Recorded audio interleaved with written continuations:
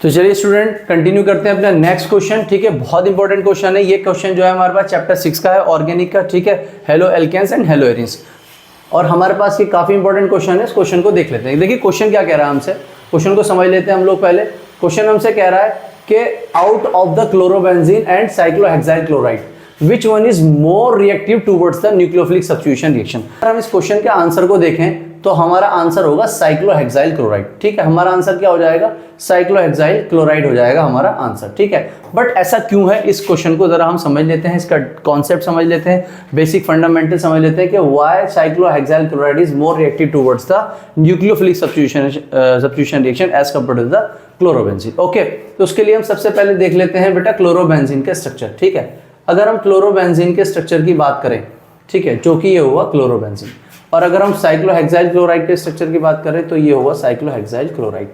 ठीक है, अब जो हमारे पास यहाँ पर क्लोरीन वो होता है, उसके पास जो लोन पेयर होती है क्लोरोबेंजीन के अंदर, ये हमारे पास क्लोरोबेंजीन है। ठीक, ये हमारे पास क्या है, क्लोरोबेंजीन है। तो क्लोरोबेंजीन के अंदर जो क्लोरीन पर लोन पेयर होती है हमारे पास, वो इसके साथ कॉन्जुगेशन में होती है, जिसकी वजह से यहाँ पे क्या होता है, रेजोनेंस होता है। जिसकी वजह से क्या होता है, यहाँ रेजोनेंस होता है। ठीक है, तो यहाँ रेजोनेंस होने की वजह से क्या होता है, इस कार्बन और इस क्लोरीन के बीच में पार्शियल डबल बॉन्ड कैरेक्टर आ जाता है। ठीक है, जिसकी वजह से हमारे पास क्या होता है, ये कार्बन और क्लोरीन के बीच का जो हमारे पास बॉन्ड लेंथ है वो भी स्लाइटली क्या हो जाती है, कम हो जाती है, और इनका बॉन्ड ऑर्डर भी क्या हो जाता है, slightly partially double bond character आ जाता है। जबकि अगर हम यहाँ की बात करें तो यहाँ पे इसके पास जो लोन पेयर है वो कॉन्जुगेशन सिस्टम ना होने की वजह से यहाँ पर रेजोनेंस में नहीं जाता। अगर हम यहाँ की बात करें तो यहाँ पर रेजोनेंस नहीं होता।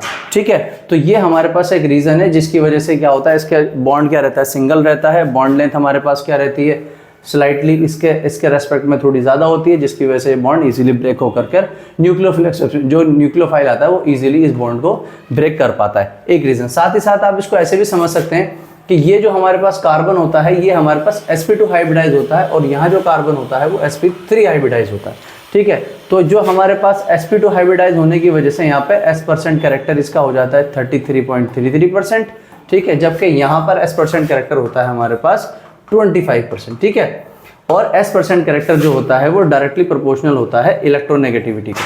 तो यहाँ पर जो बॉन्ड होता है वो काफ़ी स्ट्रॉन्ग बन जाता है, जिसकी वजह से ये इजीली कोई भी न्यूक्लियोफाइल आकर के इस क्लोरीन के बॉन्ड को इजीली नहीं तोड़ पाता as compare to cyclohexyl chloride. तो साइक्लोहेक्साइल क्लोराइड में ये बॉन्ड इजीली ब्रेक हो जाता है एज द न्यूक्लियोफाइल अटैक्स। ठीक है, तो इसलिए हमारे पास cyclohexyl chloride is more reactive towards the nucleophilic substitution reaction as compare to the chlorobenzene. अगर मान लीजिए आपसे सवाल आता है और पेपर में आप क्या लिख कराएंगे, तो ठीक है, तो पेपर के लिए आप लोग ये डायरेक्टली आंसर लिख सकते हैं। ठीक है, यहाँ पे मैंने सारा मेंशन किया जो अभी मैंने आपको समझाया है। ठीक है, आप लोग एक स्ट्रक्चर दिखा देंगे इस तरीके से, क्लोरोबेंजीन sp2 हाइब्रिडाइज।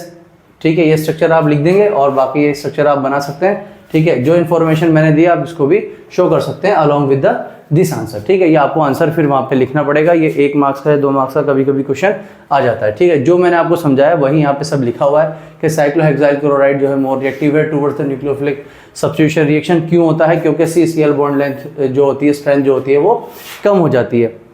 कम क्यों होती है हमारे पास, क्लोरोबेंजीन से कम क्यों होती है, क्योंकि साइक्लोहेक्साइल क्लोराइड के बीच में क्या होता है, बॉन्ड sp3 हाइब्रिडाइज होता है, और जब क्लोरोबेंजीन में sp2 हाइब्रिडाइज होता है, जिसकी वजह से क्या होता है हमारे पास Cl बॉन्ड जो होता है हमारे पास स्ट्रॉन्गर हो जाता है क्लोरोबेंजीन में।